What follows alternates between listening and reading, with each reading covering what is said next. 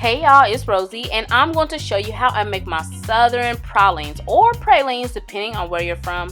This candy is so easy to make and delicious. So at any time that you want the exact measurements, head over to my blog iHeartRecipes.com. You can print out the exact measurements from there. Now let me show you how I make this candy. So here in my saucepan, I'm going to pour in some granulated sugar as well as brown sugar. Then I'm going to mix the sugars until they're well combined, or combined enough for me. This works. Now I'm going to start adding in my butter. Make sure you're using butter, not margarine. A lot of you like to use Blue Bonnet and stuff. That's not butter, that's margarine. And make sure your butter is salted. Now I'm going to start pouring in my half and half. I actually used to use evaporated milk, but the half and half makes this candy so much creamier. So make sure you're using that.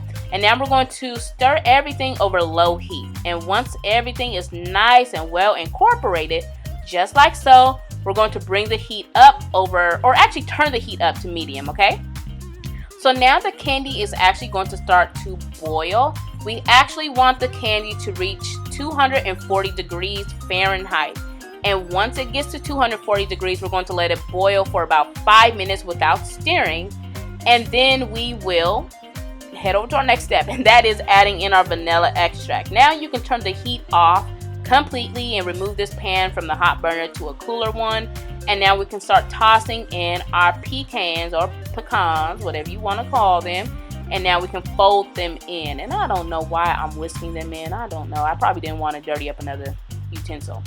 But once we're done doing that, let's grab a wooden spoon and we're going to start stirring our candy until it thickens up. And this takes no time, but you will need a little elbow grease. This right here can be really tricky. If you leave the candy for 1 second, you come back, it's going to be thickened up. So do not leave the candy. Keep stirring until it looks just like this. It almost looks like peanut butter and it has like a cloudy tint. So now we're going to grab a cookie sheet that is lined with parchment paper and we're going to start spooning out the candy mixture. And make sure you have your cookie sheet that's lined with the parchment paper. Make sure you have that ready to go.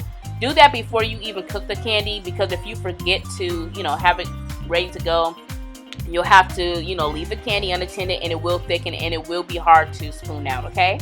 So yeah, just spoon out everything. And FYI, the last spoonful of candy is always the ugliest, but it does still taste good.